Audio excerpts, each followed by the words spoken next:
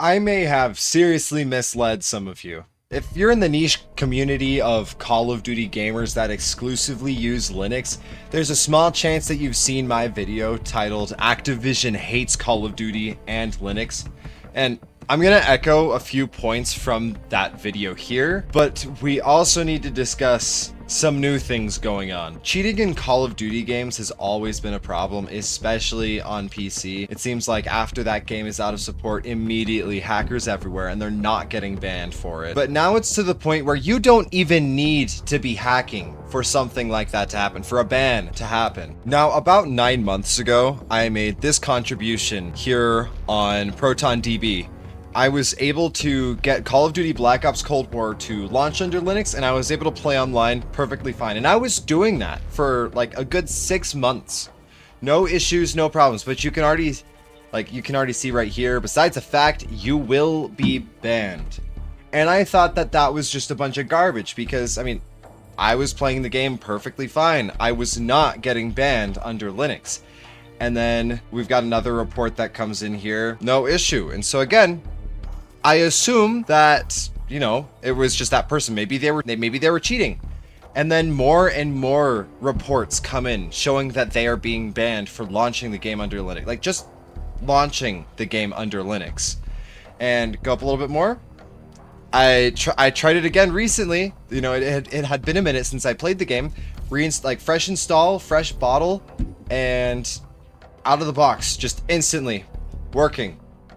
And I played one match. I played like one match and I was like, yeah, these people had to have been doing something they weren't supposed to, right? But then again, it's Call of Duty, it's Activision, you never know what's gonna happen. And there we go. Yeah. So if you haven't gotten the hint already, I was banned. I saw that it was working, so I said, hey, why don't I install this on another machine of mine? If it's working so good, why don't I just play it on more systems, right? Install it onto my laptop. Banned instantly. I don't know what the difference was. All of the settings and bottles was the same. There's like the hardware is different. And now we're seeing here that this is happening. And I fear that some of these things were as a result of my contribution because I had good. But then again, you get what's coming to you. I was banned, right? I'm just gonna go here and launch battle.net through bottles here really fast. This is running through, yeah, Proton GE 10-8. And then again, of course, here's all my hardware that you can see there. That's my system. Right now on my gaming PC, I've got Bazzite installed. And if we come here, you can see right here, Call of Duty Black Ops Cold War account banned.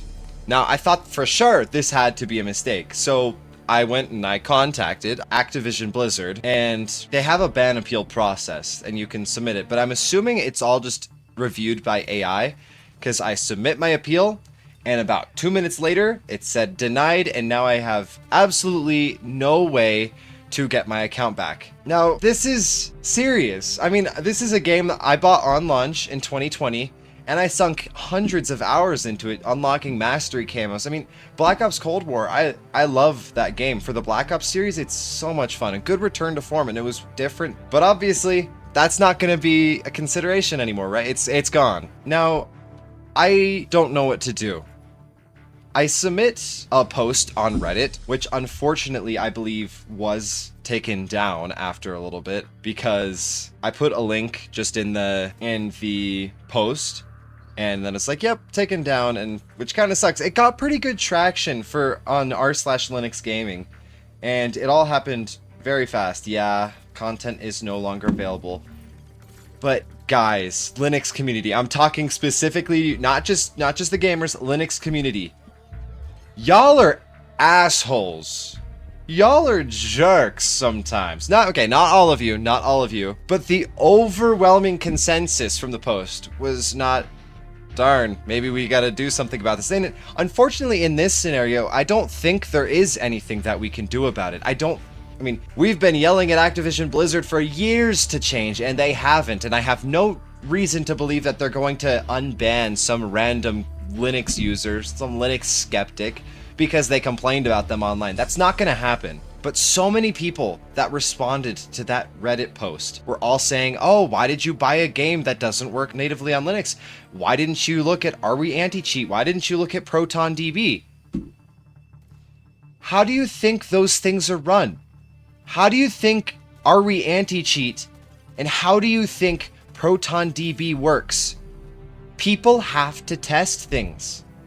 I simply went ahead to go test things because that's what I do. And so I went ahead, I installed it, I ran it, and here we are, banned for launching the game under Linux.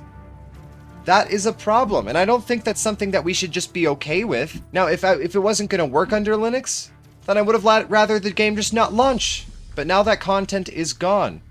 Now, I don't want to sound like a broken record here, but again, the Linux community had an overwhelming consensus saying the same thing over and over again, to the point where I edited the post saying, hey guys, I bought this game on launch.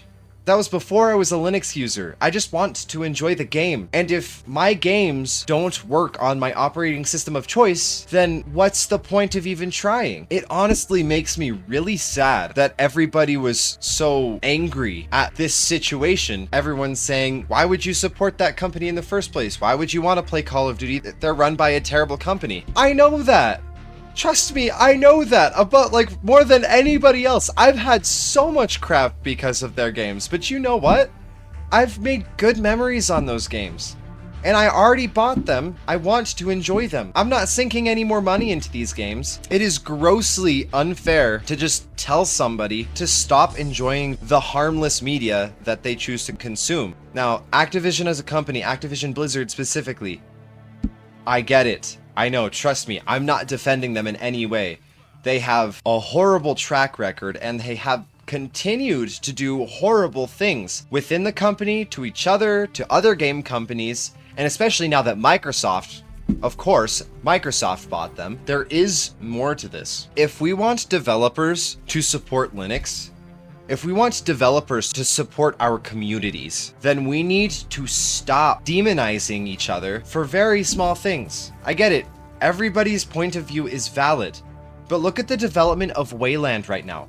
Look at all of the crap going on there. I believe that free and open source software is extremely important to me, to you. The world runs on it in a way. But if our communities are all collectively attacking each other, then that just leads to the opposite of anything productive. I care about this system. I care about Linux. I care about the development. And I care so much about the work that goes into it. But if we attack the people who are putting that work in, who are trying to say something, then what developer in their right mind is going to want to support Linux? This isn't about everybody agreeing on everything. Disagreements are good. Not everything should be run one-sided. We should have multiple sides looking at different issues and have an open mind, because your idea might not be the best idea. My idea sure as hell isn't the best idea. Have an open mind, please. This has turned into so much more of a rant than I intended it to. Now, to close everything out, I'm a broke college student. I can't afford to contribute to every single little project. Unfortunately, all I have to offer right now is just my thoughts. Have an open mind. Things are bound to change. This year is not the year of the Linux desktop. The year of the Linux desktop will be when we all stop fighting each other and we can figure our crap out. And I already know there's probably going to be feedback on this video saying a lot of those same things that I've been seeing on these Reddit posts. It's not worth it. Please, by all means, constructive criticism. I invite all of it. Send it all my way. That being said, I urge you to think about these issues, because this isn't exclusive to Cold War. This isn't exclusive to this game. This is something that's happening all across the board.